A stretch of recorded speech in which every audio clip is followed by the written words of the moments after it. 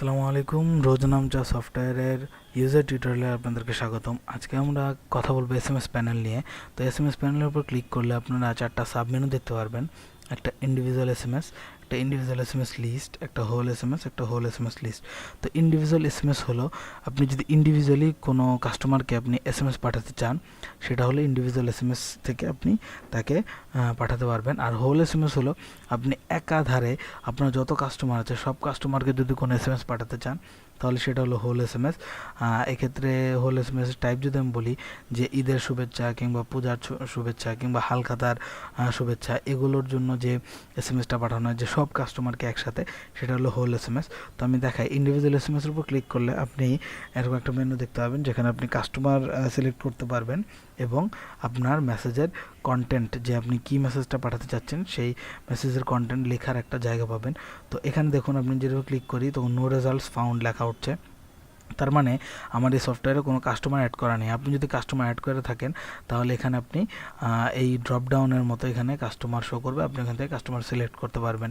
Customer select করে দেন আপনি এখানে এসএমএসের কী এসএমএস পাঠাতে চান সেই এসএমএসটা লিখে সেন্ড বাটনে ক্লিক করলে ওই কাস্টমারের কাছে এসএমএস চলে যাবে। যদি আপনি কাস্টমার অ্যাড করার সময় নাম্বার দিয়ে অ্যাড করে থাকেন। তো একটা জিনিস বলে রাখি, যদি আমি কাস্টমার যখন অ্যাড করার অপশন দেখাবো তখন ওই জিনিসটা নিয়ে বলবো। তারপর এখন যেহেতু কাস্টমারের ব্যাপারটা এসেছে, আমি বলে রাখছি, কাস্টমারের যে নাম্বারটা অ্যাড করবেন এটা নর্মাল যেভাবে নাম্বার আমাদের যে 11 ডিজিটের যে নাম্বারটা, সেই নাম্বারটা অ্যাড করবেন। ওই সামনে 88+88 কিংবা হাইফেন এসব ইউজ করবেন না। জাস্ট 11 ডিজিট বা 11 ডিজিটের যে নাম্বারটা, যেমন আমার নাম্বারটা যদি বলি 01720112089, জাস্ট এই 11 ডিজিটের নাম্বারটা, এখানে কোনো স্পেস, হাইফেন, +88 কিংবা 88 এগুলো ইউজ করার কোনো প্রয়োজন নেই। কারণ এগুলো যদি করেন তাহলে অনেক সময় দেখা যায় এসএমএস যায় না। তবে এটা আবার ডিপেন্ড করে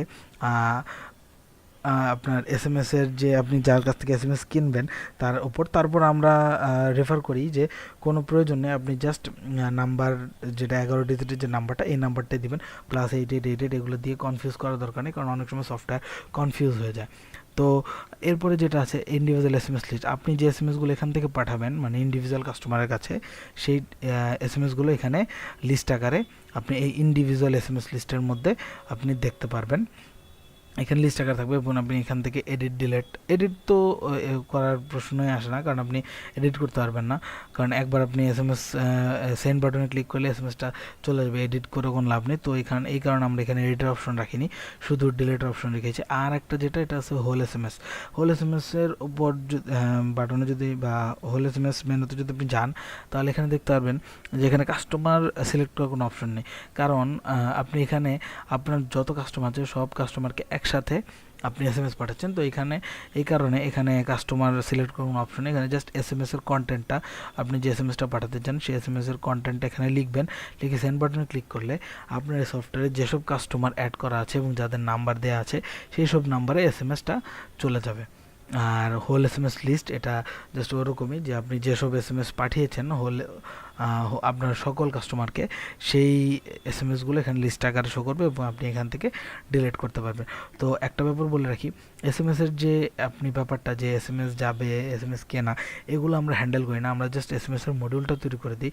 এই এসএমএস এর বিজনেস এরকম অন্য আরও কোম্পানি আছে যারা এসএমএস এর বিজনেস করে, বাল্ক এসএমএস সেল করে তারা, রকমারি কিংবা এরকম, তারপর রবি, এরা আছে যারা আপনার এই বাল্ক এসএমএস সেল করে। আপনাদের যেটা করতে হবে, ওই যারা এইসব বাল্ক এসএমএস সেল করে তাদের কাছ থেকে আপনারা এই এসএমএস কিনবেন এবং এসএমএস কিনলে তারা আপনাকে একটা এপিআই, একটা আইডি, পাসওয়ার্ড এগুলো প্রোভাইড করবে। সেই এপিআই, আইডি, পাসওয়ার্ড আমাদেরকে যদি আপনি দেন, তাহলে আমরা এই আমাদের যে এসএমএস মডিউলটা আছে, মডিউলের পেছনে কোড আকারে ওটা সেট করে দেবো এবং সেট করে দিলেই এসএমএস প্যানেলটা অ্যাক্টিভ হয়ে যাবে এবং আপনি এসএমএস প্যানেলটা দিয়ে এসএমএস পাঠাতে পারবেন আপনার কাস্টমারদেরকে। তো আবারও বলছি, এসএমএস প্যানেল, এসএমএসের ব্যাপারটা নিয়ে আমরা কোনো হ্যান্ডেল কিংবা আমাদের এটার উপর কোনো দায়ভার নেই। আমরা জাস্ট এসএমএস মডিউলটা তৈরি করে দিই। আপনার এসএমএস আপনারই কিনতে হবে এবং এরকম আপনি একটু নেট ঘাটলে অনেক দেখতে পারবেন।